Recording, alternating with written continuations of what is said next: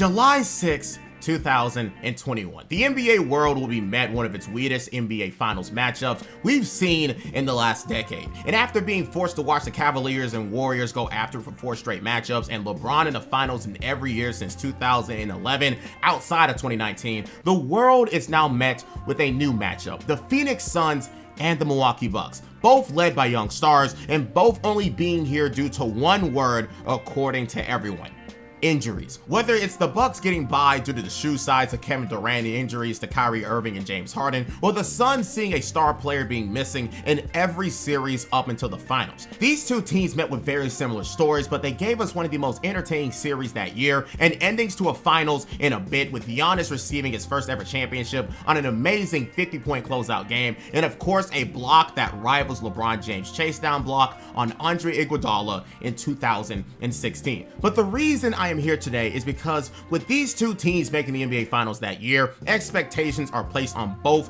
the Suns and the Bucks to potentially do it again. And ever since that infamous series, both teams have struggled to get anywhere close to the point that they were at in 2021. Whether that is the injuries plaguing one of the best bigs of our time and its core in Milwaukee getting older and older, or the Suns management making some rash moves that ended up plaguing their franchise for a bit. This is the story of how two NBA Finals teams flew too close to the sun and got burnt in the process. With that being said, if you want to see more videos like this, be sure to like the video and subscribe, as we are now officially on the road to 100,000 subscribers. So be sure to subscribe to be a part of that, and of course, to catch more videos. But as usual, this will be a long one, but you already know who it is. Roll it! 3, 2, 1. Weights in the weight room, so he stitched up in the left hand, doing all that.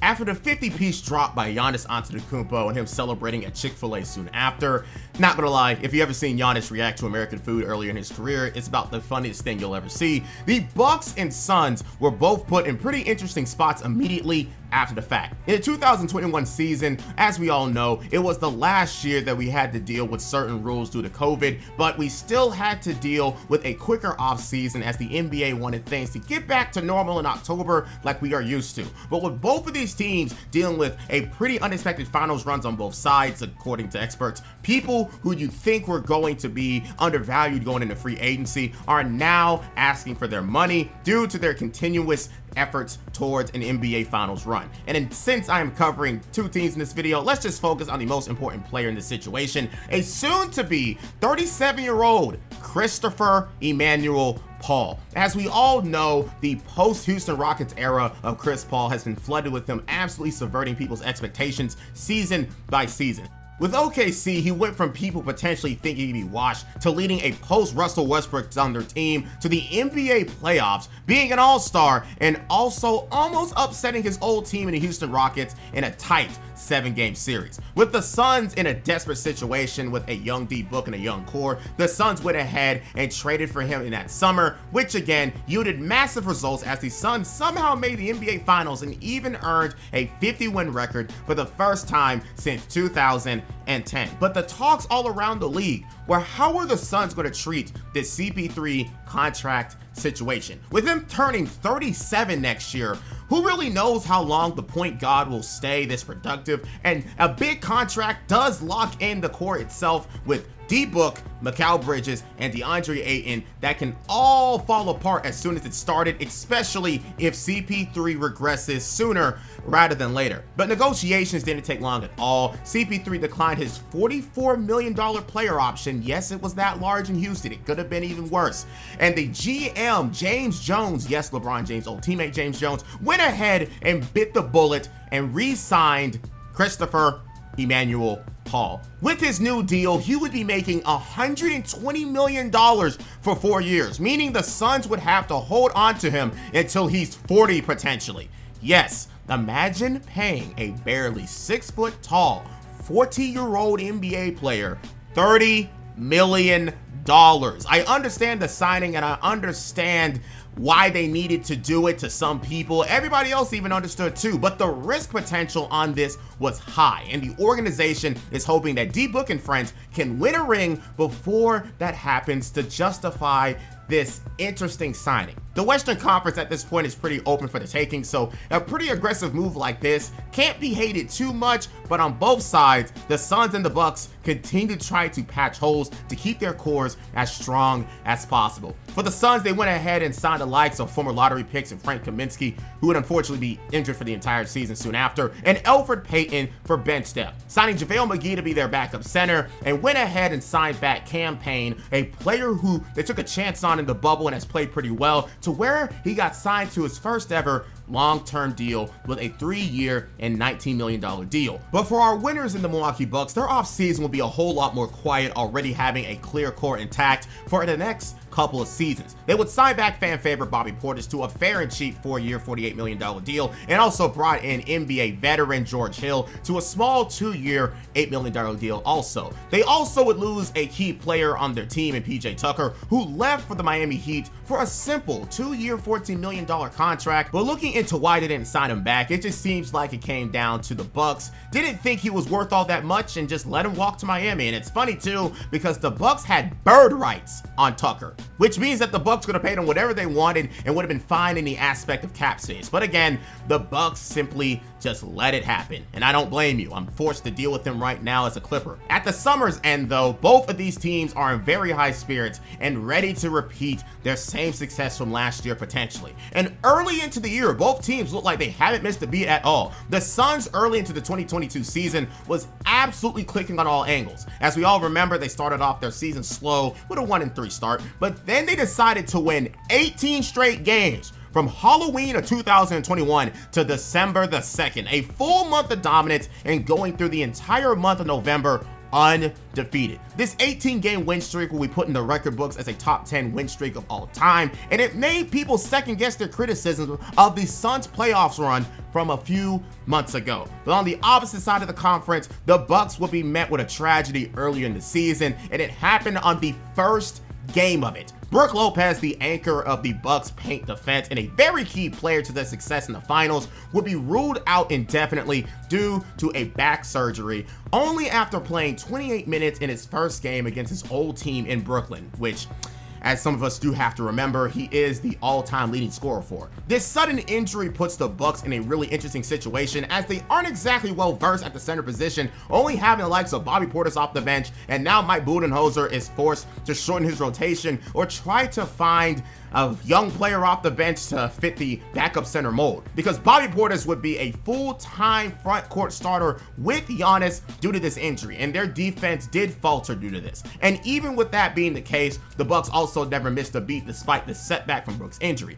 Both teams would be near the top of their conference by the All-Star break came around, and with the Suns being the first seed by 7 whole games over the Golden State Warriors, and the Bucks having the 4th seed again. But all things considering, the Suns were still looking like a well-oiled machine with their balanced offense-led attack by D-Book at the top, averaging 26 points per game, and the Suns overall having 6 players score over 10 points per game. And as we all can imagine, it's because the point guard himself, Chris Paul, led the NBA in assists at 37 years old with 10.8 a game. The Suns were a gold standard this year when it came to how to produce an offense with a primary scorer, great depth, and an old school point guard who can get anyone going. On the opposite side of the conference though, the Bucks had their own issue despite being on track to be a 50-win team, and that's the obvious missing link in Brook recovering from his back surgery. His loss seen the Bucks turn into an average defensive team, and even though they kept up with their top tier offensive strategy built by Giannis Antetokounmpo and Chris Middleton with Mike Budenholzer's system, without a top tier defense that won them a championship the year before, it makes them a whole lot more vulnerable to losses because of their defensive issues. They'd even try to alleviate their center issue during the season, giving the likes of DeMarcus Cousins a try before waiving him after a month, and during the trade deadline, they'd even make a move to get Clippers center Serge Ibaka to provide rim protection and 3-point shooting while Brook Lopez was out. And even though he wasn't what he used to be at all, it's better than nothing at all, or trusting one of the few rookies they had in the G League. Headlining the All-Star game though, we see the duos on each side of this video be a part of the All-Star game, and for good reason. But the main goal is to go back to win another championship and for the Suns make a comeback run, which they are looking to be real contenders for, because remember, Chris Paul is addicted to the NBA Finals and he doesn't need withdrawals this year. And with the All-Star break done, both teams can go back to their common goal, making it back to the finals and fighting for home court advantage in the regular season. The Suns stayed hot for the rest of the season, breaking their franchise wins record, finishing 64-18, which is 2 games better than their previous record owned by the 2005 Steve Nash Suns and the 1993 finals contenders Charles Barkley Suns. So obviously the expectations were high for a team looking to go back to the finals, and once again in a Western Conference that is open for the taking with injuries plaguing the entire conference. But again, to some, that's the only reason they saw the same success they had last year in the postseason. For the Bucks though, they finally welcomed back Brook Lopez after missing over 60 games as he finished the last 10 of the season to get ready for the playoffs. And the Bucks themselves finished their year 51-31 and the 3rd seed. Obviously, with the might of Giannis Antetokounmpo going into finals with a fully healthy team, the Bucks are always going to be contenders to repeat. With this season winding down though, we see the likes of Giannis finish 3rd in MVP voting, with D Book right behind him at 4th, and even CP3 getting a few votes for himself. And D Book and Giannis headlining the All-NBA first team, being considered the best of the best in their league at their position, and CP3 being at the 13th spot at the guard position. After their finals matchup, both of these teams proceeded to show their might all over the league game after game to go after that same spot all over again in the next season. Giannis almost averaged 30 points per game, securing a career high as he finds new ways to become the most dominant player all time to some. D-Book continues to gradually get better as an all-around player, as some think of him as the best shooting guard in the league now, and Chris Paul continues to subvert expectations and become an automatic ceiling raiser for teams that fit his play style. But going into the playoffs, both of these teams have one common goal: making it back to the NBA Finals. And each side has a pretty interesting 2022 playoffs, which ends up changing everything. And obviously, since I'm covering 2 teams this time around, I won't be torturing you with any of my usual coverage of each game. Don't worry, but there is a lot to talk about either way. For our friends out in Milwaukee, they had a very fortunate matchup being with the Chicago Bulls in the first round, a team they bullied all year due to their lack of defense against Giannis Antetokounmpo, and the playoffs showed to be the exact same way with these 2 teams. In this very, very underwhelming series, the Bucks won every game except one by over 10 points or more, with Giannis dominating the paint. The only problem is that Chris Middleton would be injured only 2 games into the series, which would be a huge red flag for the future, and of course, tampering and messing up the Bucks' chances of making it back to the finals. The now 30-year-old Middleton has always had little injuries here and there, but always comes through when the time is needed. But this knee injury that he sustained, and now being confirmed to be out for the rest of the playoffs and beyond, now leaves Giannis and the Bucks in a pretty interesting situation, as Giannis's core continues to get older, and that will forever remain a talking point as he tries to go after another championship. And with the matchup with the Boston Celtics next, a team known for containing Giannis at times, things might get iffy for them without their second best scorer. But on the other side though, we have the Suns, who are facing off against the New Orleans Pelicans, and not just any New Orleans Pelicans team. It's a Pelicans team without Zion, as usual, and the 9th seed of the West fighting their way through the play-in format. But without one of the most dominant players in the league, the Pelicans were considered pushovers to the best team in the league. However, game 1 showed that to be true, headlined by a vintage CP3 game, scoring 30 points and dishing out 10 assists to lead the Suns to a 110-99 victory. But game 2 showed the Pelicans had some real life to them, as CJ McCollum and Brandon Ingram combined for 60 points, and the Pelicans shot over 54% from the field and 56% from 3, torching the Suns. No pun intended. Some people consider that game to be a one-time thing, considering how well they played and how the playoffs usually are, but game 3 was way too close for comfort, as the Suns almost blew an 8-point lead with 50 seconds left in the 4th. But in game 4, the Pelicans once again showed the NBA world that they were serious about attempting to beat the Phoenix Suns, with a mix of Brandon Ingram and Jonas Valanciunas combining for 56 points and the Pelicans garnering 42 free throw attempts. The Suns were once again outmatched, losing by 15 and giving us a contender for moment of the first round, with Jose Alvarado antagonizing Chris Paul. Yeah, beautiful give and go. Two-man action there between Nance and Brandon Ingram. And Chris Paul, he wants to go at Alvarado. Over and back. And they're going to say it was touch. They may look at it again. Let's see. I think they will. If the officials are going to huddle here. They want Alvarado to be an irritant, don't they, Richie? Yes, they do. They want him to get underneath the skin. This team really started to believe and grow up. He's a rookie. Looking to knock the ball away, and that's a violation on Paul. A rebound by Bridges. Oh, from behind! Alvarado stole it. Jones will finish him off. We got him.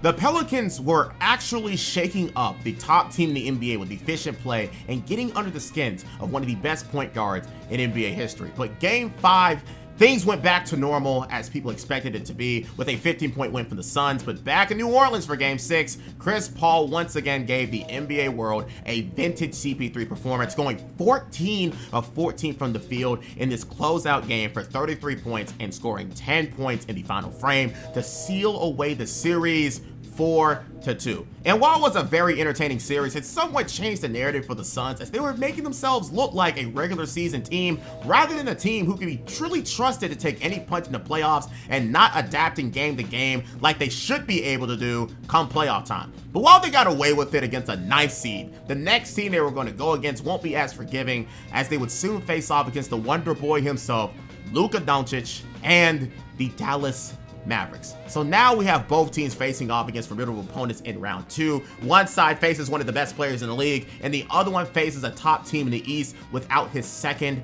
in command. Game 1 would see both teams win as the Suns beat the Mavs in a shootout as they avoided losing to a masterclass from Luka with 44 points, and the Bucks would be blessed with a well-needed Jrue Holiday 25-point game as Giannis struggled big time, being game planned against, going 9 of 25 from the field. But at the same time, the entire starting lineup for the Celtics did not do well themselves, so the Bucks was able to escape with a 101-89-point win. But from this point, both series take a way different turn for the absolute worst, and both in completely different ways. So let's talk about the Phoenix Suns first, as theirs was probably a lot more tragic, but again, we'll get to the Bucks later. After a commanding 2-0 series lead led by the Suns, things immediately shifted once the Mavs got the Suns back at home. But talks around the league was that the Suns had this series in the bag because all they got to do is win 2 out of their next 5 games with 2 more home games available if needed. But old habits die hard, and the Suns are showing cracks in the forms of certain players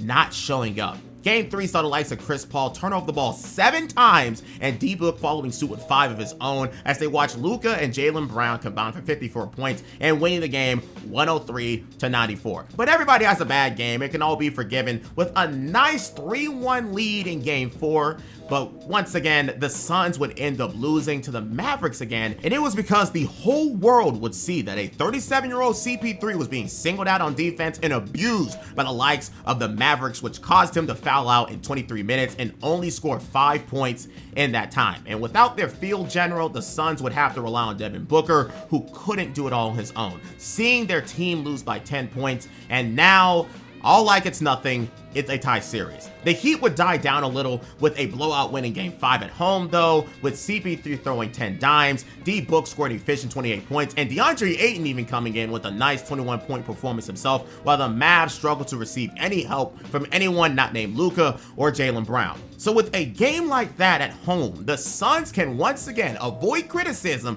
even if it's by a little bit, if they simply win game number 6 and face the second-seeded Golden State Warriors in the conference finals to get one step closer to going back to the finals. But Game 6 quite literally reversed the roles from Game 5 as the Suns got embarrassed once again, as the Mavericks made 16 threes, took care of the ball, and received a beautiful contribution from Spencer Dinwiddie off the bench, going 5 from 7 from the three-point line himself. And once again, all eyes were on Chris Paul and Devin Booker, who failed to end things once again, especially Chris Paul, who's looking a whole lot worse as this playoffs goes on. And who else but an old enemy of his to make it known after this game the next morning on ESPN. So Pat, you were actually traded for Chris Paul.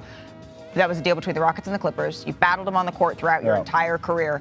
What is the main reason that you think that things maybe have been just a little bit off over these last couple of games? They're attacking him. They're attacking him. And J. Kidd openly said it. They're attacking him off the dribble. Luka is posting him. Jalen Brunson's attacking him. It's hard.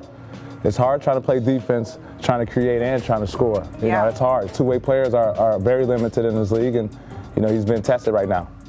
What do you think, Matt? I think he hit it on the head. You know, they've pointed him out on the defensive end. Same thing that, you know, Phoenix has tried to do to Luka, as they've tried to point it. But, you know, Chris is 37 now. He's getting a little bit older. But, you know, over the last 4 games, he's 9 points, 6 assists, 4 rebounds, but also 4 turnovers. But what troubles me is he hasn't even taken more than 10 shots in any of those 4 games, but he's shooting 50% from the field and 54% from the three-point line. So to me, that kind of tells me, as Pat was touching on, is he tired? You know, are they just really wearing him down? He feels like his best move is to get his other guys involved. So I feel like he really needs to step up. Obviously, role players are going to play a big part in this Game 7, but CP needs to have a big game if his team's going to advance. But despite all of this, the Suns are 3-0 so far in this series at home and have a complete home court advantage going into Game 7. Game 7s are where legends are made and where superstars come out to perform. And with a hungry Mavericks team looking to make a conference finals for the first time in a decade and in the first time in Luka Doncic's career, the Suns have to play their best ball to defend their place as the best team in the NBA still. So with Game 7 here, how does the Suns respond to this interesting dilemma that they put themselves in? Is this the dagger?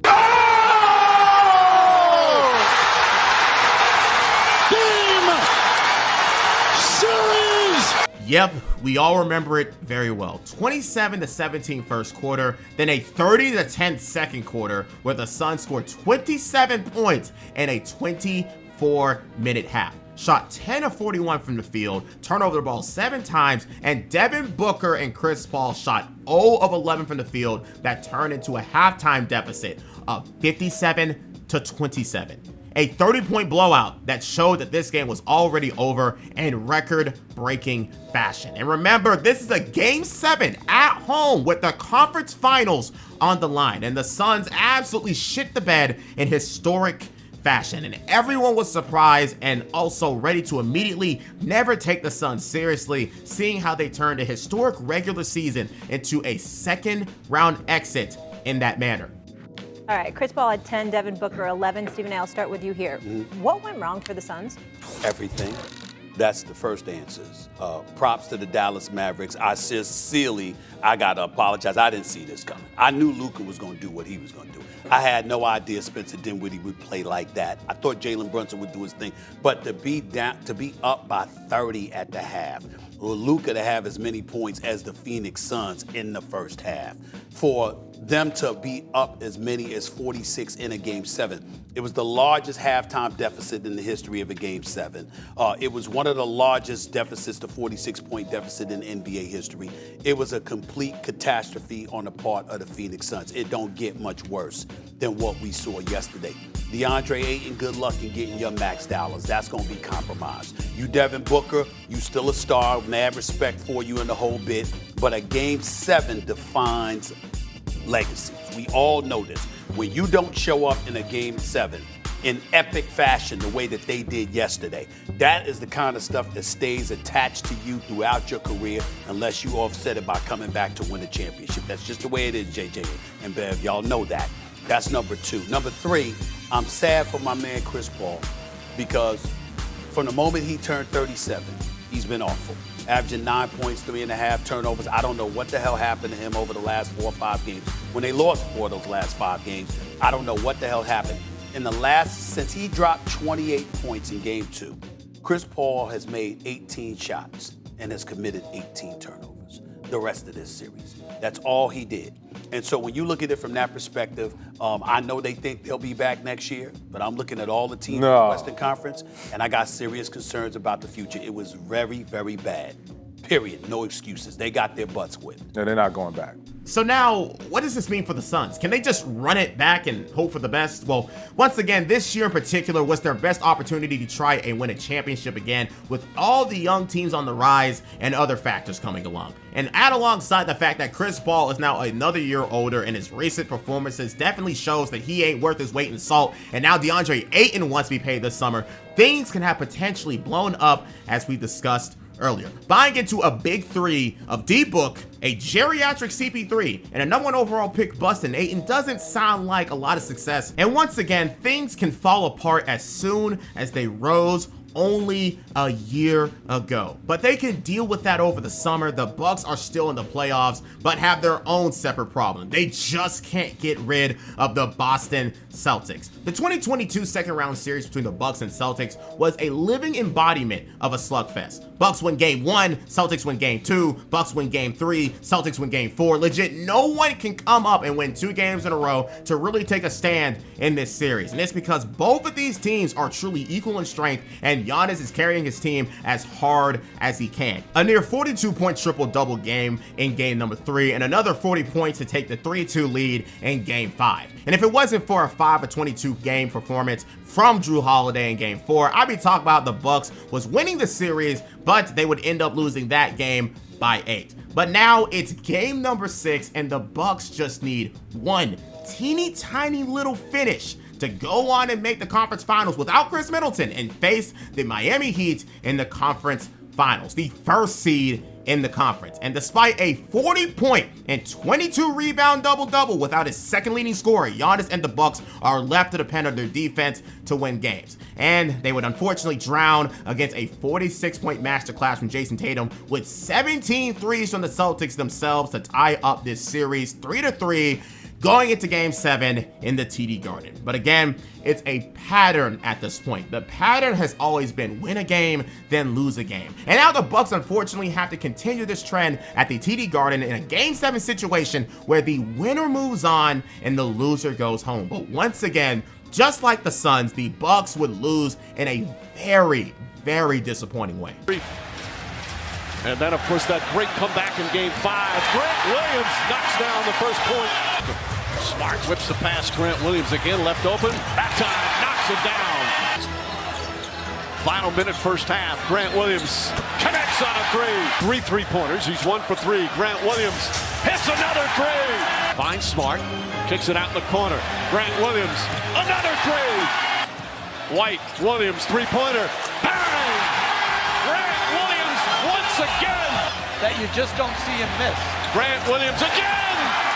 7th 3-pointer of the game. It's a 16-point lead. Mike Budenholzer, buddy, we need to talk. I know your strategy is to make teams shoot threes and have this godly paint defense to sway teams into shooting them, but what you did in game 7 coaching wise has to be one of the worst things in game 7 history, undisputably. For those who don't remember, Coach Budenholzer had this team overload one side of the court on defense against Jason Tatum and Jaylen Brown to not shoot the ball as much as they want, which is fine. I like that in theory, but when the skip pass lands in the hands of Grant Williams, a 40% three-point shooter this season, you absolutely deserve the 7 of 18 three-point shooting performance he gave you that game. Add alongside the fact that Celtics took advantage and took that challenge to hand on shooting threes and made 22 of them as a team, a game 7 record. You have the disaster fest that was game 7, where the Celtics lost 81-109,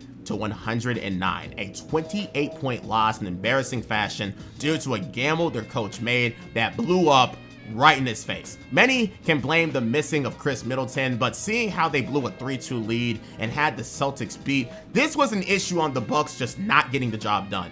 So now, both teams who represented the finals last year are eliminated in very embarrassing ways. One team got blown out at home by a record-breaking performance and saw their gamble in free agency burn, and the other one took a gamble in game 7 that absolutely failed and have a lot of questions going into the future as their core gets another year older and potentially even more frail. Going into the summer of 2022, both the Bucks and the Suns have a lot of questions to answer.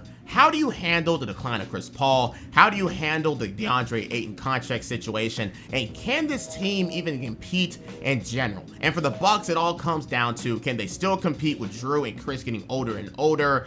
Because there isn't a lot of moves they can make with their current cap situation, so all they can do is hope for a healthy postseason from all angles and continue to put the right players around Giannis in general. They have a walking Greek god in their team who is damn near impossible to stop on the court, but it might be time to admit that his core is getting up there in age. But the entire media is dogging out Budenholzer for his coaching, so the main problem is being swept under the rug. So going into the 2023 NBA season, what are the plans for both of these former NBA Finals teams?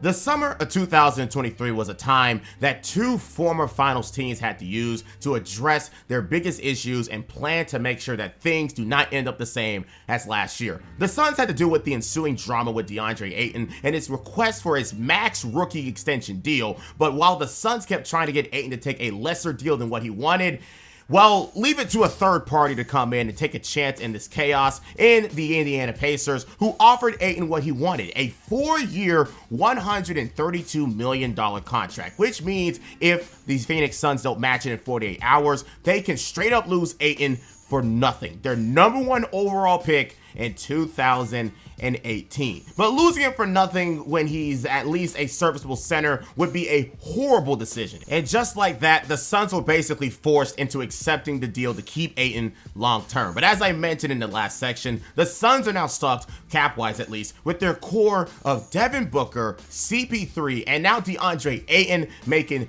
big time money. So the Suns are forced to make the most out of this situation after potentially being exposed in the playoffs despite their historic regular season. For our friends in Milwaukee, though, they were serious about not allowing themselves to go out the way they did again, and were all in on creating the best team possible to fit the scheme of Mike Budenholzer and the strengths of Giannis Antetokounmpo for another Finals run. Bringing in the likes of 3-and-D value players and the likes of Javon Carter, who became a great backup option for them the year before, signing Joe Ingles more support from 3 and to be a great off-ball playmaker, and of course, bringing in the services of veteran marksman Wesley Johnson on the low. While it may not sound like much, this upcoming season was for sure treated like a revenge run, considering the way they went out. The only bad part about that is that Chris Middleton will be missing a huge chunk of the season, so it is truly up to Giannis to carry this team in the regular season once again. But as long as the prospect of a healthy offseason is on the table, this is just part of the course and makes off an amazing story if they can pull this off. But lastly, this summer was also known for one more thing before the regular season started all over again, and that was the scandal involving longtime owner Robert Sarver, where he committed many violations within his own organization, like his use of a certain N-word, bullying his employees, and the mistreatment and sexual charge actions towards female employees. All this equaled up to a $10 million fine from the NBA and a 1-year suspension from the league. And that suspension also caused another domino effect to occur, but that's a few months from now in the future. For now, the Suns and the Bucks are ready to defend their honor, or at least try to, as both teams went out in horrible fashions only 1 year ago after making the finals. But both sides had completely different regular seasons. And let's start with the Suns once again. The 2003 season for the Suns were not kind to them in the slightest. Once again, after a strong start going 15-6, from December 5th to January 16th, we see the Suns in a completely different form where they went 5-17 in that stretch. Why? Devin Booker would sustain a very rare injury to his groin, which kept him out all the way until February. And without their main scorer, the Suns would struggle big time during that stretch and would even see themselves fall as low as the 9th seed with a negative record. And for clarity, they started off as the 1st seed. Again, the 1st seed of the West, once again, before this all broke down. Their strength and number strategy works when their team is together, but with no main scorer to rely on in big moments, it all comes tearing down. And now the Suns have to try and rebuild this season once D-Book comes back to the lineup on February 7th 2023. But this is where things get even funnier. Due to what Robert Sarver did earlier in this year, he decided to cut his losses and just sell the team to get away from it all and at least make a quick buck from the franchises he has owned for the longest. So when he sold the team to Matt Ishbia for a record-breaking $4 million, making him the youngest NBA owner in the league at 43 years old, with the deal being finalized on the 7th of February, the same day that D-Book returned, he made sure that he was going to make a splash for this team to get back in shape and to make it to the finals ASAP. And it only took 2 days of him being in office to make this blockbuster move meant to launch this team into instant contention. Breaking news. Late night on the West Coast, early morning on the East Coast. The Nets are not, they're no more, at least as they started this season. Kyrie got a win in his Dallas debut, and Kevin Durant is headed to Phoenix. Adrian Wojnarowski joins us now. First, how did it happen? Kevin, after the Kyrie Irving trade last week, the conversations between Kevin Durant and Joe Tsai, the owner in Brooklyn, Sean Marks, their GM, they started to move toward the idea that if there was a deal that could be done in Phoenix, that Kevin Durant would certainly be open to it and I think even eager for it. And Matt Ishbia, the new owner in Phoenix, who just was approved last week, he wanted to get Kevin Durant. They tried to do this deal without Mikal Bridges. That wasn't going to happen. And there was back and forth yesterday and then tonight. And there was a thought tonight that maybe they would carry this conversation over to tomorrow. The Suns were looking at some other trades out in the marketplace. But what got it done, Mikal Bridges in this deal, 4 unprotected first-round picks, a pick swap, all going back to the Nets. For Kevin Durant. With the current situation happening in Brooklyn with their duo of Kyrie Irving and KD being split up, KD has gone on ahead and axed out also, with his main destination preference being the Phoenix Suns. And Matt Ishbia went full steam ahead to make this deal happen as soon as he was the official owner. But this move, just like the CP3 signing, comes with a lot of risk, losing the 3-and-D Iron Man in Mikal Bridges and a very reliable shooter in Cam Johnson. But what is most concerning was the 4 unprotected first-round picks that they gave up in this deal, which means it is now officially all or nothing. They already locked into the contract at CP3 until he is 40 years old, and now they are stuck with KD, who has had another big deal signed with the Nets that has them now inked for 3 more years with the Suns. And in this core, if they want to go with it full term, especially considering how little available cap space they have to round out this team in the summer, things can get risky. And to add extra salt in that wound, KD was traded to Phoenix while injured, so that's going to have another interesting little stretch of games until he comes back at the end of the season to go on and officially start this new fucked up era. But how about the Bucks, who are without Chris Middleton? Well, after a 9-0 start to start the year, everything is going smooth as possible. Some could even say perfect, even without Chris Middleton. Giannis has taken the extra responsibility with a smile on his face, averaging a new career high of over 30 points per game, with Drew Holiday stepping up his scoring efforts in his new role. And alongside the Bucks getting their defense back in order, being a top 5 defensive rating team, the Bucks made it seem like Chris Middleton was only an accessory to their success. Throughout this entire season, though, Boston and Milwaukee were fighting for the first seed over and over again, and both were on track to win 60 games for the second time in Giannis' career as a Buck. Overall, though, the Bucks season wasn't very noticeable outside of the success of the team in general, and Giannis' further ascent into superstardom as a player and his willingness to go further to lead his team to a potential first seeded spot, and makes things even better with Chris Middleton coming back. And if he comes back to his normal form, then there is no doubt that this team can go right back to the NBA Finals. But for both of these teams at the All-Star break, they were both in 2 completely different worlds. One was leading the East in the entire NBA record-wise, looking up to make up for their faults in the playoffs, and the other one was rising up in the standings as D-Book returned back to the lineup to lead his team and was waiting for KD to finally join coming back from injury. Giannis will once again be an All-Star starter and even be a captain of his own team for the first time in his career, but the surprise of the All-Star game was Drew Holiday being a reserve and an All-Star for the first time since 2013. But as the best team in the league, sometimes the second in command got to get his flowers too. And of course, due to injuries and the lack of true team success, D-Book and CP3 would not make it this time around. Then after the fact, though, is where things started to turn up for the Suns again. They finally started to click more without Mikal Bridges and Cam Johnson in the lineup, with Devin Booker taking even more of the offensive responsibility night to night, and it was bringing the team's wins. From the All-Star break until the end of the season, he averaged nearly 30 points per game, leading his team to a 13-9 record to stay afloat and keep their 4th seed ranking, making up for their midseason blunder due to him being out from injuries. But when it came to KD, though, he only played 8 games with the Suns before this playoff started, so his and D-Book's chemistry might come in question come playoff time. But a lot of people already had the Suns out anyways, considering KD's and D-Book's recent playoff performances, so adding them together with an old CP3 and an inconsistent DeAndre Ayton may mean bad news in certain circumstances. But for the Bucks, though, they continue to steamroll the rest of the league, creating a 16-game winning streak from January 23rd, 2023 to March 1st, and from there, it was again smooth sailing. Chris Middleton would eventually come back to the lineup, however, on a huge minutes restriction, and to keep this team flowing in their current form without him, and to bring him back slowly for the playoffs, because this is possibly their best opportunity to win a ring again. With Boston being the 2nd seed and not seeing them into the conference finals, the Miami Heat falling off, and the 76ers being big threats to fall apart as usual, this can truly be the year Giannis goes for ring number 2 and make his all-time legacy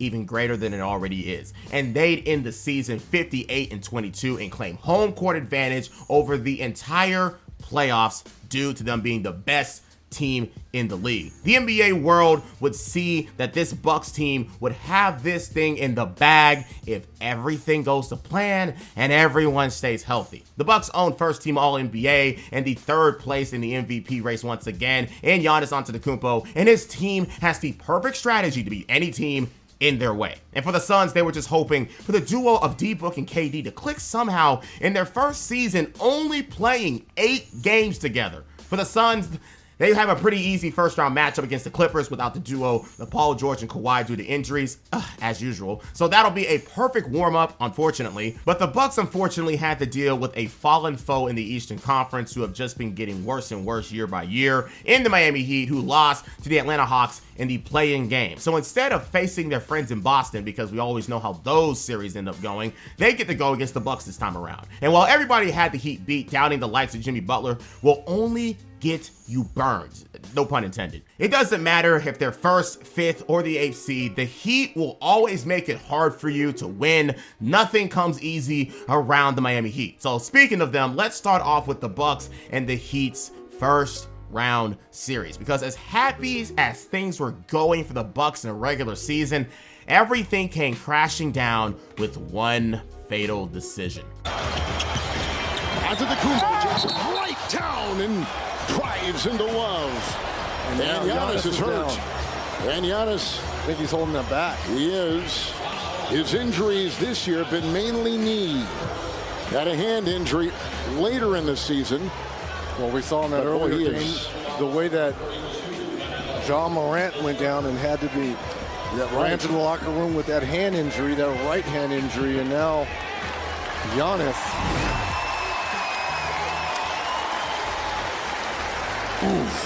The full force on the lower back. Fun fact, Giannis in the 2023 NBA season has caused 59 offensive foul calls, mostly from charges. What happens when you match him up with Kevin Love, who's successfully taken 33 charges in the 2023 NBA season, with Eric Spoelstra at the helm being sure to plan around Giannis Antetokounmpo? Well, a fucking disaster. In only 8 minutes of gameplay in their first game of the playoffs, Giannis met with his worst person possible in the paint in Kevin Love for a potential layup. Kevin Love saw an easy call for Giannis, as a lot of people do, went for it, and it turned into another dark day for Milwaukee Bucks fans everywhere, as Giannis went full force crashing on the floor, and unfortunately on his back, ending his day right then and there. If you also remember, people were also advocating for a rule change to take out the charge out of the game of basketball for this reason, but obviously that would be stupid, as it would allow anything to go down when you drive in, and Lord knows a lot of the people that were saying that were people that don't play basketball in the first place, because if you would literally take out that rule. Giannis Antetokounmpo and people like Shaq would average 50 because we have to put in a rule for people like those. Come on now. It was unfortunate how it turned out, but those two meeting up in a playoff matchup was probably the worst case scenario. Due to that blunder, the Miami Heat took a 2-1 lead over the Bucks without Giannis,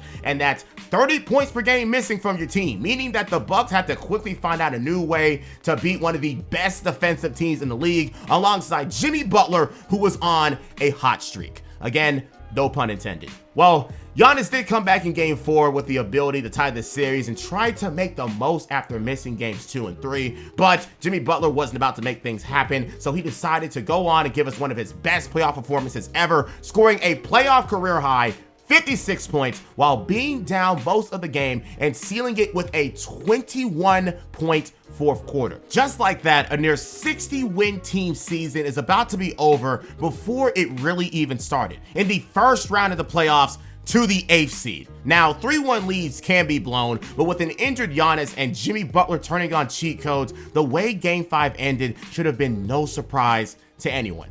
Except that wasn't the case. The Bucks got the best version of Giannis and Chris Middleton for the first time in a long time, combining for over 60 points. But as Bam Adebayo ties the game with a minute and change left, things got wild from then on out. Things could have been over way sooner with a foul by Max Strus on Jrue Holiday. The All-Star himself could have sealed the game with 2 free throws to put the Bucks up by 3 points. But after missing the first free throw and making the second, it put the Heat in prime position to either end the series or try their luck in overtime, and of course, leave it to Jimmy Butler to make that decision for you. Over the top to Butler, up and in! Jimmy Butler ties the game with a half second to go. What's going on is Jimmy Butler and overtime in Game 5. In a near impossible angle, Gabe Vincent was able to throw in a perfectly placed pass for Jimmy Butler to tip it in with no time left on the clock and continue his reign of terror on the Bucks organization, exploding for 52 points in this closeout game. From there, the Miami Heat win in OT, and it tears down the season that Giannis and the Bucks worked so hard for all year, and of course, they created the very viral "There's no failure in sports" after the game that people talked about for a long time and will now be used against him if he ever comes short again in his career. But just like last year, what does this even mean for the Milwaukee Bucks' future? Well, it's kind of hard to put it on anyone as it was started by a freak accident injury and finished by Jimmy Butler being Jimmy Butler. But I do know how the sports world works, unfortunately, and there's only one true scapegoat in this situation: the coach. Only a week after losing to the 8th-seeded Heat, Mike Budenholzer would be fired from his position as the coach, as they are now looking to go in a different direction. But we'll talk about the rest of those details later, because the Bucks had their season ended by an injury and a lack of any type of Jimmy Butler repellent. The Suns, though, are off to a strong start. Devin Booker torched the Clippers without their best players and started to build chemistry with KD, as D-Book averaged 37 points per game in that series, and KD nearly averaged 30 himself. But the Clippers were just the appetizer. The real meal itself lies in the second round with the first seed of the Western Conference, the Denver Nuggets, led by 2-time MVP Nikola Jokic. But guess what though? The experts at ESPN had the Suns winning this series by a vote of 13-4, but everyone agreed it was going to be a series that went to 6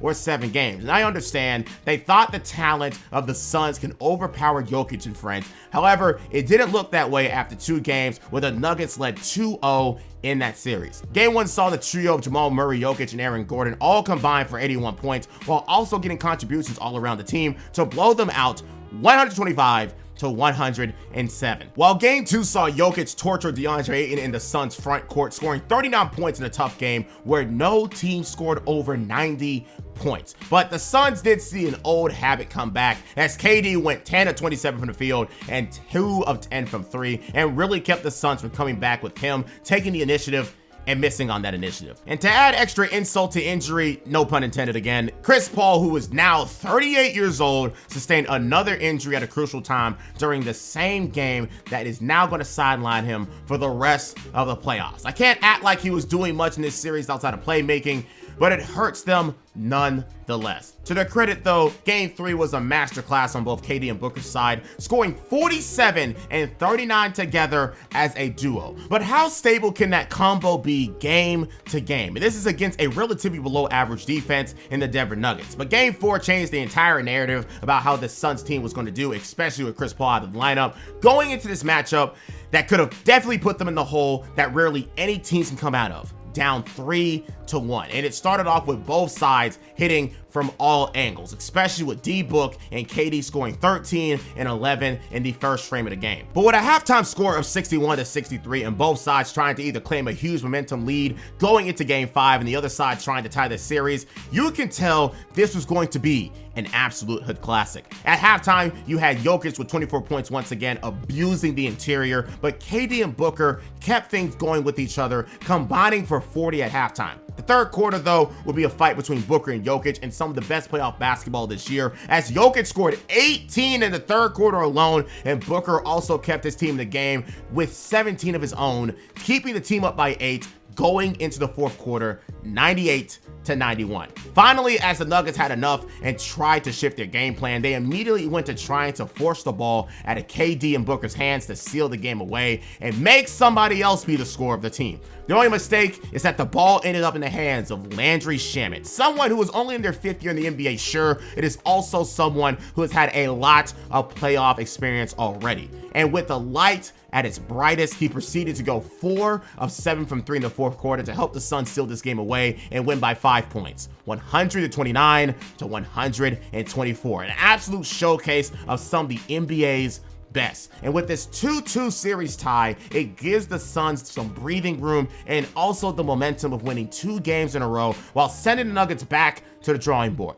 But guess what though? The Nuggets did the exact same thing over again, pressure KD and Booker, get the ball out of their hands, and make them rely on somebody else or really test their shot creation skills. And guess who broke down that game plan and made it work for the Nuggets? Kevin Wayne Durant. 10 of 24 shooting and 5 turnovers. And alongside Jokic with a triple-double and Bruce Brown getting 25 points off the bench, you have the 16-point loss the Suns faced, now being down 3-2. And guess what? If it ain't broke, you definitely don't fix it. The Nuggets did the exact same thing in Game 6, forced KD and Booker to get the ball out of their hands or take hard shots. And their reward was a nice game from Cam Payne. 14 team turnovers, 12 points for D Booker in a winner-go-home game, and another blowout win at home to finish this series, losing by 25. Another disappointing end for both of our teams we are studying today, but now these two teams who are desperately trying to make it back to the promised land are in even worse spots than they were in the year before. One now has to make something happen with a near 40-year-old point guard,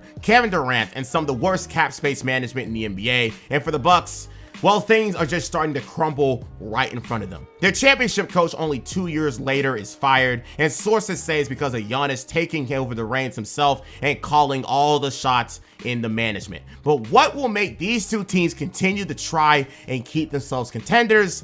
Well, it will most likely be moves that will curse them for a long time. 2 seasons ago, we've seen the Bucks and the Suns have some of their best success they've ever had in their franchise's history. But 2 years later, we are seeing both teams struggle to replicate that success due to many reasons. We've seen the Warriors and Nuggets win the championship in very open years in the league itself, and 2 years where the Suns and Bucks could have gone ahead and claimed their rings and run away in the sunset for a happy ending. But instead, we have one team who gave up a Game 7 against a conference foe and witnessed a gruesome injury the year after, while the other one is doing too much in their front office and lost at home in very embarrassing ways in the playoffs. And guess what? There is barely any accountability with the teams. Both coaches ended up getting fired due to their losses last year. Monty Williams brought this team back to prominence with his coaching and, of course, the play of CP3 getting everybody involved. And Mike Budenholzer has a clear-cut, proven system that has always been effective, but one fatal gameplay mistake and an injury to Giannis somehow gets him fired despite winning a championship 2 years prior. So again, Both teams are now back to being aimless in their pursuit of trying to make something happen, basically by force at this point. No real strategies or ideas of what they want to do. Both of these teams believe that they have the players needed to win. They just need a new coach and potentially a new player. But as other young teams around them start to rise in their ability to actually win a championship, both teams would learn that their championship window might just be shut. For the firing of Monty Williams, the Suns decided to go on and hire Frank Vogel, a one-time championship coach himself and one of the better defensive minds in the league. But when it comes to running an offense, he has never been all that good at getting something started. So who will handle that in this current situation in Phoenix? Who knows, but someone had to get fired, and Vogel was the unlucky hire in this potential dumpster fire. And for the Bucks, well, like I said earlier, Giannis is now at the helm of all decision making going on in the front office, and his patience runs thinner as the years go by. And the man that the Bucks brung in to be their new coach of the future is Adrian Griffin, a man who's mainly been an assistant coach around the league, but his props around the league comes with the fact that he's a disciple of Nick Nurse and his defensive tactics. Will it be enough to win a ring though? I guess we'll see. But both of these teams don't stop with coaches. They are getting real desperate for another taste of the NBA Finals. But let's start with the Suns because they always seem to be the one who strikes first in these situations. Going into the next season, the Suns see the writing on the wall. CP3 is getting older and the management isn't exactly satisfied with the contract of DeAndre Ayton, but of course didn't want to let him go for absolutely nothing. Throughout the summer, the thoughts would be that the Suns were going to make a move involving those two as the headliners day by day as the franchise is going into full send mode with KD and D Booker for the foreseeable future, especially considering the draft capital they sent to get KD in the first place. But it didn't take long after the NBA Finals itself between the Heat and the Nuggets for the Suns to make another move that the NBA world would scratch their heads about. Hey, on what would have been the night of Game 7 of the NBA Finals, a blockbuster deal Sunday involving the Suns and Wiz. Phoenix acquiring three-time All-Star guard Bradley Beal for a package that includes future Hall of Famer Chris Paul. Gives the Suns a bomb squad that includes Beal, Durant, and Devin Booker, not to mention DeAndre Ayton. Beal averaged 23.2 points in an injury-shortened 22-23 season. He is 2 years removed from back-to-back 30-point seasons. Chris Paul heads to Washington as the main piece, although he's not expected to be there long. The Wiz are exploring trade partners or the possibility of a buyout. Phoenix is also moving Landry Shamet as well as multiple second-round picks, and a picks swap is in play. 2 years ago, the Suns decided to fully commit to an aging Chris Paul. But after two blunders and another injury in the playoffs as usual, the Suns were looking to cut their losses. However, people saw this deal as another risk for the Suns as Bradley Beal, who is sure a pretty good player, is stuck with one of the worst contracts in the NBA, especially when you consider that he has played only 90 games in the last two seasons and it is set to make upwards of $57 million in the next few years. And for what? To be the third option to Kevin Durant and Devin Booker? That just doesn't make any sense. Of course, when you have big threes, there will be that guy who has to step into that sort of pseudo role player position. I don't think that Bradley Beal, of all people in the many successful big threes we've seen, is going to be a part of that mold. And of course, as you can imagine, the Wizards were cool with losing him for absolutely nothing, taking on CP3 to either trade or waive him, just for the chance of being able to tank again without their two-time 30-point per game score. That enough should speak volumes about how much the Wizards were okay with losing out on Bradley Beal. But if you wanted to think positively, at least KD has once again surrounded himself with another big three of offensive firepower, and even DeAndre Ayton being there in the paint can at least do something for extra support. But this is a pretty scary team if they can make this all work together. But I already knew that cat space was in a horrible position after this trade, after obtaining someone who is now 2 times more expensive than Chris Paul. But at least he's a good player, but not enough to justify his current salary and add on those injuries he's already been dealing with. This could yet be another Matt Ishbia move that can blow up in his face. But if you think that was a risky move, let's go back to the Bucks, where they went ahead and re-signed Chris Middleton a few weeks later to a 3-year, $93 million deal. And I know it wouldn't be very smart to let him go for absolutely nothing while he was attracting offers from other teams, and especially while Giannis is trying to win a championship, and especially when he's at the head of the front office at the moment. But a core issue for this Bucks team at the moment is the ever-aging core, headlined by Middleton, who's coming off that injury from the 2022 playoffs, and of course, everybody else, including Jrue Holiday, getting older. There's just no way around this. You couldn't really do anything. Chris has been a long-time partner to Giannis, and he wouldn't most likely appreciate if his partner in crime would be taken off the team. Same reason why you have almost every brother of his on the team at one point. You have to appease your superstar player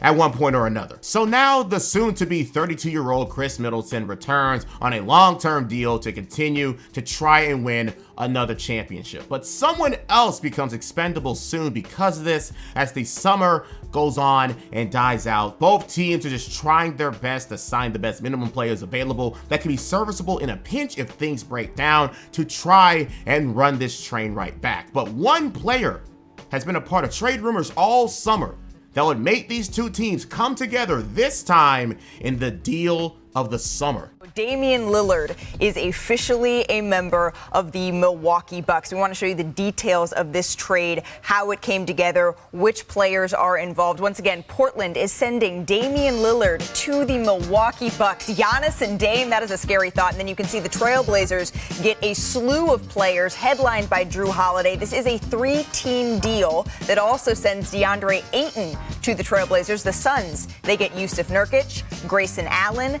Nasir Little, and Keon Johnson. The details of the 3-team trade are on your screen. September 27th, 2023. The Milwaukee Bucks, a wild card in the Damian Lillard sweepstakes, were able to obtain the 7-time All-Star to be a star-studded duo with Giannis himself. But how? Well, the final piece of the puzzle was the Phoenix Suns. The Blazers knew what they had in Lillard, and the Miami Heat were being so stingy about giving up vital players in their core for Dame. So the Suns and the Bucks came together to give up Jrue Holiday and DeAndre Ayton as the main pieces with other assets to get Dame to the Bucks, while the Suns get off of Ayton's contract for a more team-friendly Yusuf Nurkic deal, and as a cherry on top, getting Grayson Allen alongside that. It was a move where all 3 teams got what they wanted. One got the tanking piece, the other one got a star for their potentially disgruntled star, and the last gets off of Ayton's contract for a center who fits more with the 3 stars as a playmaker and a lethal shooter, and Grayson Allen for depth. However, obviously that trade also turned into Jrue Holiday then winning a ring with the Celtics, but we don't talk about that here. Anyways, with this, both of these teams are now set up for an amazing 2024 season on the horizon. Damian Lillard and Giannis gotta be one of the best inside-outside duos in the league if they can make this work, which they should. And the Suns could potentially overwhelm teams with the talents of 3 scorers who can get 30 a night on any given moment, especially when they have some decent depth despite their cap situation. People didn't know what to make of these two teams, but the common narrative was they are serious, and don't be surprised if they can make something happen in the playoffs. But the regular seasons of both of these teams were anything but. Starting off with the Bucks, they completely abandoned what made them so dominant in the first place and were completely grasping at straws to make something happen consistently. See, they gave up Jrue Holiday for Damian Lillard, which most people can agree is a lateral move in theory, but the thing is, the Dame and Giannis duo was inconsistent at best, and their perimeter defense suffered big time, going from an all-defensive threat to an average, if not below average defender at best. I noticed the issue, well, at least one of these issues, firsthand with the Bucks, and funny enough, the Olympics in 2020. Damian Lillard has been a first option for so long and potentially his whole life that he doesn't know how to play second fiddle effectively. And you saw it in his play while the Bucks were, still good, mainly because Giannis is now doing even more than ever, averaging a career best 61% from the field on his way to average 30 points a night. But this team would function a lot better if Damian Lillard was actually Damian Lillard. In the 2024 season altogether, Damian Lillard averaged 24, 7, and 5 while shooting 42% from the field and 35% from 3. But in the 8 games he played without Giannis and was the sole scorer dependent on to win games, that got boosted to 29 a night on 45% from the field and 39% from 3. He wants the ball in his hands, which is fine, but the Bucks having this problem is something that needs to be solved sooner rather than later. But they continue to win despite that one tiny issue, and despite Chris Middleton again being heavily restricted from playing heavy-duty minutes and taking plenty of rest so he can be fully healthy for the playoffs. On the other side though, things for the Suns were just all over the place. With an 11-6 start to the season, things were looking good as the trio made things happen. And this was without Bradley Beal being a big contributor to this record due to his injury history. They'd have bumps in the road here and there, but the Suns look like a real threat in the Western Conference, even if they're not on top of the West in general. This would be due to a brilliant partnership between KD and Booker, who are both averaging 27 points a night, and of course with the contributions all over the team. The newly traded Grayson Allen created a case as one of the best shooters in the NBA, averaging 15 a night while shooting, get this, 46% from 3, and even broke a Christmas Day record, making 8 of them against the Mavs later that year. Nurkic, while not being the best defender in the paint or really a lot of things people would expect from him in this position, was of course a offensive threat, not as a scoring threat, but as a passer, throwing 4 dimes a night, going on and contributing towards the numbers of Devin Booker and KD. And Eric Gordon even gave himself a little scoring punch with the Suns off the bench with 11 points a night on his own. It took them a while to get hot, starting 14 and 15 due to Bradley Beal being out at the beginning of the season, but once they caught fire, no pun intended, it was hard for anyone really to take them down. But while the Suns were stable in their efforts and working towards a 50-win season once again, the Bucks were once again going through another change within the organization. We start our show with breaking news. The Milwaukee Bucks have fired head coach Adrian Griffin, according to our senior NBA insider Adrian Wojnarowski, who is here alongside myself, Janae Agumake, Richard Jefferson. Griffin was hired in June, and in his 43 games as head coach, he went 30 and 13 in that time. So why is this happening now, Woj? Yeah, I think this was an agonizing decision for this Milwaukee organization. They were very fond of Adrian Griffin. They gave him his first head coaching opportunity this offseason. But they looked at where this team was, how it was responding under Griffin. Although the second best record right now, you mentioned 30 and 13, that they have such a tight championship window with Giannis Antetokounmpo, certainly the Damian Lillard trade, which happened after they hired Griffin as head coach.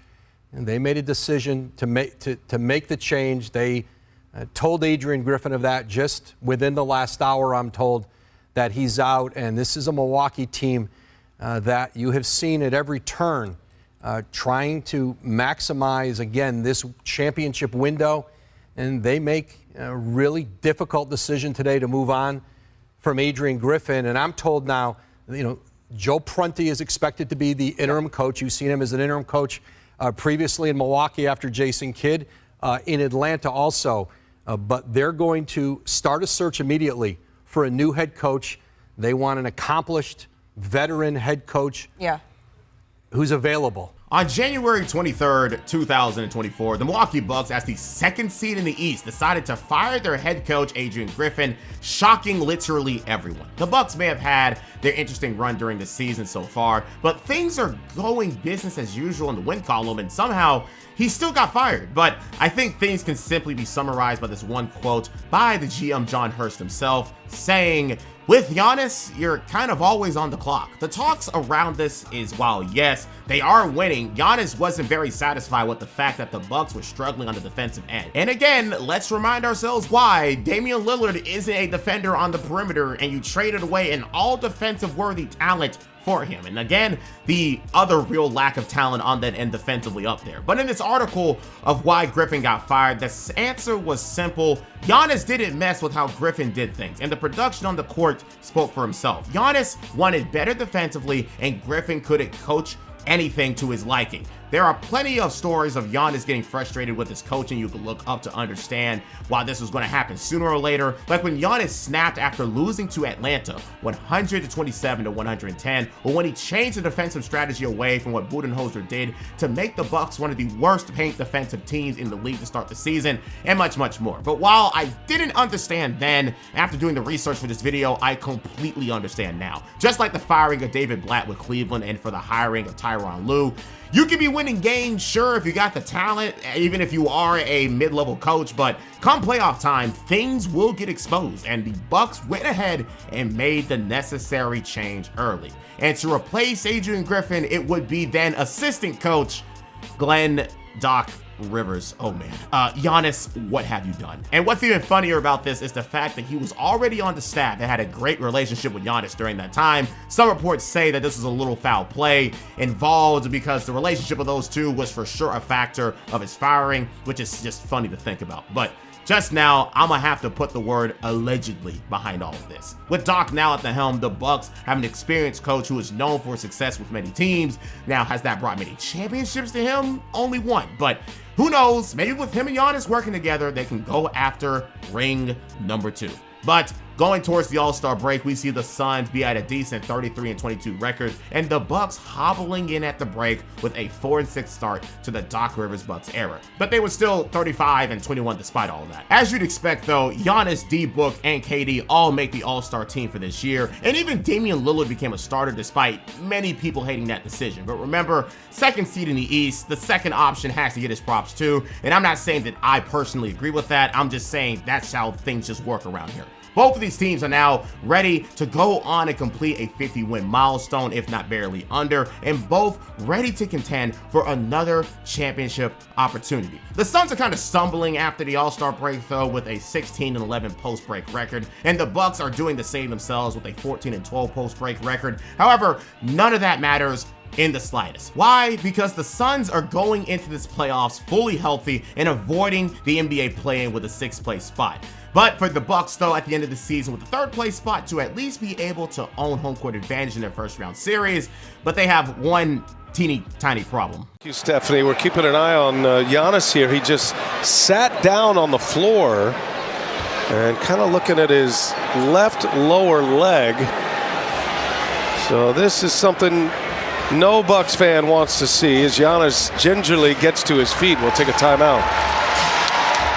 Well, needless to say, GA, this is of major concern here. Giannis Antetokounmpo just sits down to stop play. Right at the end of the finish line, Giannis Antetokounmpo suffered a leg injury against the Celtics only 4 games before the playoffs started. With that calf injury potentially taking 2 to 4 weeks to heal, the Bucks will be without their MVP candidate in their first round series bare minimum, which could be bad news. He can return and potentially play in their next round series, but that would be without Giannis and potentially a weaker Chris Middleton in the first round, which will make another wasted year. But back to the bright side of things, KD, Giannis, and Booker all made the All-NBA teams. This is the NBA's way of showing again the likes of the Suns and Bucks' chances to win a championship are so very open with top-tier talent. The only problem is it's their first round matchup. For the Bucks, they earned the right to face one of the worst defensive teams in the NBA, the Indiana Pacers, a team that Giannis averaged 42 points this year against and also scored a career-high 64 points against. And for the Suns, a team they swept in the regular season, the Minnesota Timberwolves, each by over 10 points or more, overwhelming the top defense in the NBA with their trio every single time. But some of you may ask, Alvini, if both of these teams have shown weaknesses in the regular season against these teams, why would anyone care about the matchup? Well, dear viewer, this is the playoffs. For the Suns, the pace is going to slow down more and more, and the strategies game to game will dictate the effectiveness of the Suns' scoring prowess. And for the Bucks, the Pacers, despite Giannis' efforts, have a 4-1 record against them due to their fast-paced offense and effectiveness against a very hit-or-miss team defensively in Milwaukee, especially as the #1 ranked offense in the NBA, the second-ranked pace, and as a team averaging over 50% from the field per game. Both of these teams have a huge mountain to go over, one facing #1 offense and the other facing the #1 defense. But can both teams' star players take down these giants? Well, let's start off with the Bucks, who are facing one of the top offenses in the league without their living bulldozer of a human in the paint. A huge feat to overcome for sure, but one that Damian Lillard as the sole star player can now show his value and why he was traded there in the first place. Game 1, they get a taste of what will happen without the paint presence of Giannis on the court, with Pascal Siakam scoring a game-high 36 points, but with the rest of the Pacers getting shut down, something that is very rare. The Bucks had an easy road to a Game 1 victory, 109-94, but the true story of the night was that Damian Lillard was back in his element as the depended-on star, scoring 35 points and making 6 threes, with Chris Middleton also contributing 23 himself and also playing big-time minutes for the first time this season. People thought that it wasn't just the Pacers' time to be yet in the limelight. And if the Bucks can just get past this series, Giannis can come on, join back this team, and go to another potential run. But as the Pacers won the next 3 games, that common thought across the NBA world was now shut down. The Pacers now up 3-1 over the Bucks, scoring over 120 points a night in those 3 wins, once again show that they are dealing with the #1 offense, and beating them at their own game is not going to be an easy challenge. In the regular season, in each of their 5 matchups, they allowed the Pacers to score over 120 points on their way to winning 4 of those 5 games. So this was just looking like a repeat of the regular season all over again. The Bucks didn't have enough offense, even with Giannis, to keep up with their strength and number strategy in the Pacers, and of course, having alongside a top-tier fast pace. So them now being down 3-1 should have been expected. However, in Game 5, the Bucks did end up winning by again shutting down the Pacers the same way they did in Game 1, but that was just another bad game for Indiana. We all know what the Pacers are made of in their average game, and with that, they ended the series in 6 in Indiana in a dominant 120-98 win to once again knock the Milwaukee Bucks out of the first round for the 2nd straight postseason. Even with their new acquisition of Damian Lillard, of course, people were still giving the excuse that Giannis being missing is the only reason they lost, but seeing how things went down in the regular season,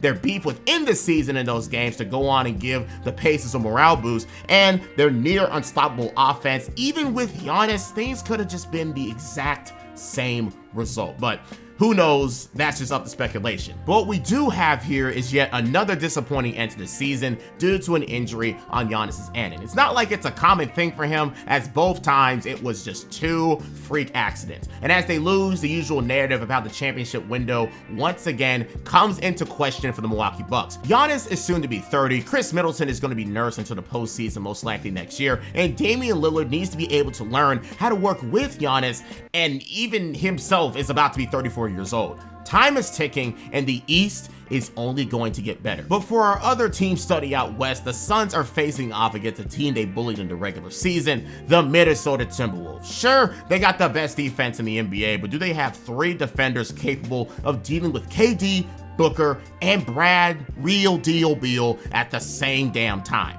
In the regular season, not at all, but in the playoffs, things can be absolutely different. Game 1 started off giving everyone enough proof that the playoffs are a completely different animal, and whatever happens in the regular season does not matter in the playoffs. And again, where old habits die hard. In their first game in Minnesota, we witnessed D-Book get tortured by the Timberwolves defense all game and only scoring 18 points, while KD was the only consistent scoring threat with 31, and a nice 31 at that. But in a system where there are 3 primary scorers, at least 2 of them have to be good for them to win games. But with Book getting 18 and Beal getting 15 in his debut, the Suns would fall to the Wolves defense, losing 95-120. The usual smackdown they are used to receiving in the playoffs, as we've seen in these last 2 seasons. But if you think Game 1 was bad, Game 2 was an even worse performance. Under 100 points, 22 team turnovers, with the main trio being responsible for 11 of them, and Booker being the best scorer with only 20 points. Count them, 20 points in a 93-105 loss. Against the top defense in the league, the Suns are falling apart with no playmaking and truly only being reliable on the my turn, your turn basketball strategy. And when that doesn't work out, it's not like their own defense can do anything against a rising star in Anthony Edwards, who gave them 33 in Game 1, and the Timberwolves doing enough in Game 2 to squeak by. Game 3 was just more of the same, this time in front of the Phoenix faithful themselves, who unfortunately came to see another blowout by their home team, 126 to 109 due to another Ant masterclass, and this time the defense being the issue. I'll give the Suns their credit this time offensively. The trio combined for 76 points, but the game can't be played one-dimensionally. Now, with a 3-0 series deficit and the Suns trio obviously not being effective against the Timberwolves defense, what's the plan? The defense can't stop the way bigger T-Wolves team. Anthony Edwards and Karl-Anthony Towns are both looking super effective in this series. So what's the deal? Well, game 4 was just one final swing at the same exact strategy. With a halftime lead of 61 to 56 and D-Book and KD scoring a combined 39 points in the first half, it finally looked like they came to play in a desperate, yes, desperate win or go home situation as they let themselves go into this deep hole. But as the Suns barely hold on to their lead going into the fourth, holding off a huge third quarter from Cat and Ant, the Suns fall apart again. 5 turnovers in the quarter from Bradley Beal. KD only attempted 3 shots, and no one could defend Anthony Edwards, who went off for 18 fourth quarter points to seal the game and officially sweep the Phoenix Suns 122 to 116. So let me get this straight. Matt Ishbia gave up their entire future for one of the most expensive contracts in the league and an aging KD to go out in a sweep. Just like I said for the Bucks, this time for the Suns, the West is only going to get harder and more bloated with talented teams. The window is forever closing year by year since their finals appearance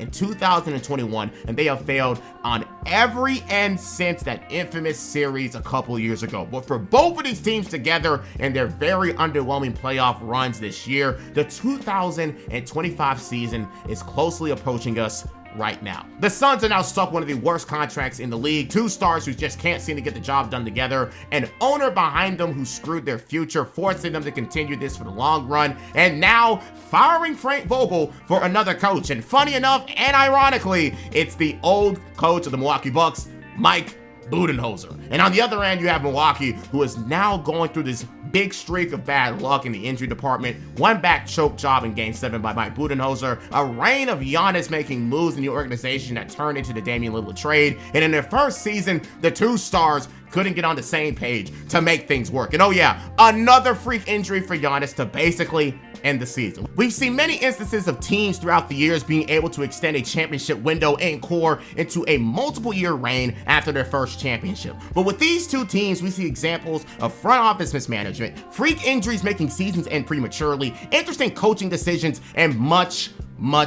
more. While I wanted both of these teams to return to Larry O'Brien Trophy contention after the series they gave us in 2021, it's very hard enough to make it in the first place, let alone win it. And this video can show you just how far some teams are willing to go to be on that route, and how the Phoenix Suns and the Milwaukee Bucks flew too close to the sun to go after it again. With that being said, tell me what team timeline you'd like to see next, your thoughts on this video on this topic, and until next time.